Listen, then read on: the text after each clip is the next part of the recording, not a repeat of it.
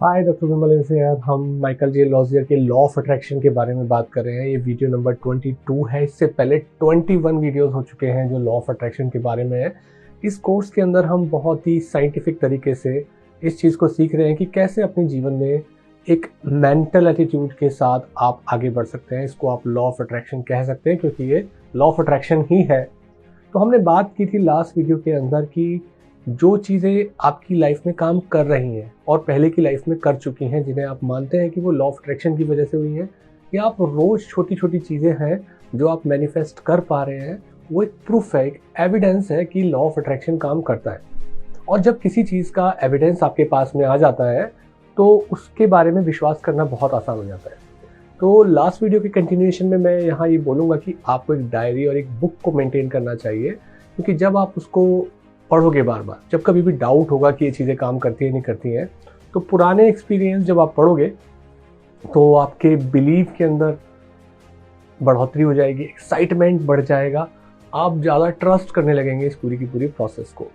तो जो भी सफलता मिली हो, चाहे वो बहुत बड़ी हो या बहुत छोटी हो, जो लॉ ऑफ अट्रैक्शन के प्रिंसिपल्स के बेसिस पे काम कर रही हो, जो हमने सारे 21 वीडियोस में बताया है, उनमें से जो जो कॉन्सेप्ट आपकी लाइफ में काम कर रही हैं, क्योंकि ये सारी चीज़ें ऐसी हैं जो तुरंत काम करती हैं, चाहे आपका डिज़ायर स्टेटमेंट हो, अलाउइंग स्टेटमेंट हो, जो आगे हम बता रहे हैं वो सारी चीज़ें हों, तो ये तुरंत ही काम करती हैं, वो इस तरीके से ही बनाई गई हैं।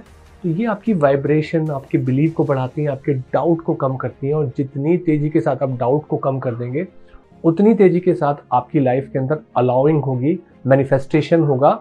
तो इस बुक को आपको बार बार बार बार पढ़ना है, जिसमें ये सारे के सारे रिकॉर्ड लिखे हों।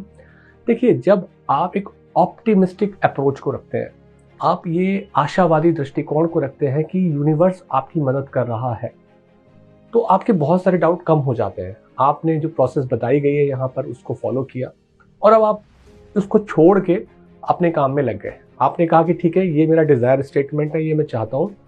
उसको आपने साइंटिफिकली तरीके से आपने जो क्रिएट किया है उसको पढ़ा, और आपने यूनिवर्स के ऊपर छोड़ दिया, और अब आप चले गए अपने काम करने के अंदर। तो ये डेलिब्रेट तरीके से आप अपनी वाइब्रेशन बढ़ा रहे हो। एक तरीके की प्रेयर हो गई, प्रार्थना हो गई, जैसे आप ईश्वर के सामने करते हैं।